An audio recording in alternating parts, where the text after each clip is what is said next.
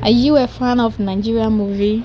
If yes, then you might be familiar with African forests. So when we were young, our parents did tell us four tales about African forests. It's a very fascinating story. Let me know in the comment section if you ever be told a story of African forest in the night, and let me know how you felt.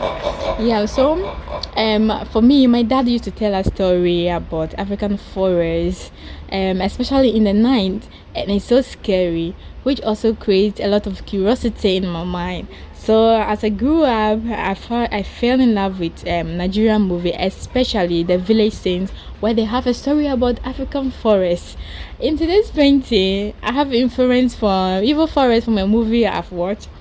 I will be depicting a forest in gold and black and white. It's going to be dark gold, kind of forest. So stay tuned, watch the video to the end, and please do not forget to hit the like button, subscribe if you haven't done that yet, and leave your comments in the comment section below. Let me know if you ever watch any movie about African forest, a movie that you love, a movie that inspired you, a movie that make you remind your childhood tales that you've been told by your grandpa, your grandma, family. Let me know in the comment section below.